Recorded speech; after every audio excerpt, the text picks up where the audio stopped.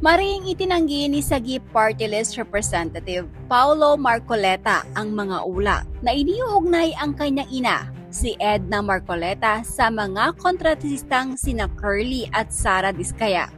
Ayon sa mambabatas, ang kanyang ina ay nagsilbi lamang bilang independent director ng Stronghold Insurance at hindi ito co-owner o regular na director ng kumpanya.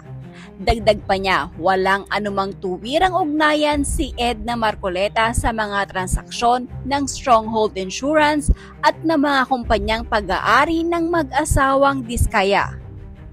Samantala, usap-usapan naman ngayon ang interview ni Senator Rodante Marcoleta, ama ni Representative Paulo Marcoleta, na kung saan nagkaroon ng argumento sa pagitan ng reporter ng Abante at ni Senator Marcoleta dahil din sa usapin sa pagkakasangkot ng asawa nito sa mga Diskaya matapos na lumabas na pagmamay-ari pala ng misis ni Marcoleta ang insurance na may hawak ng bond obligation sa mga proyekto ng Diskaya.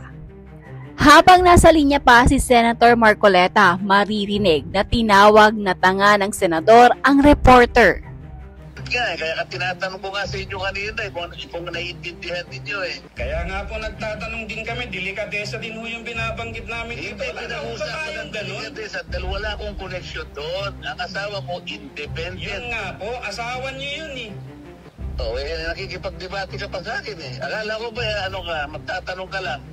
Nagtatanong din po kami, pero ipo-point out ko rin po yung argument namin mo kasi dito. Delikadesa, parang may connection ako eh. Wala nga eh. Naintindihan mo yun? Sige sir, salamat na lang po. Tanga. Oh, inabot ko ba yun, Sen?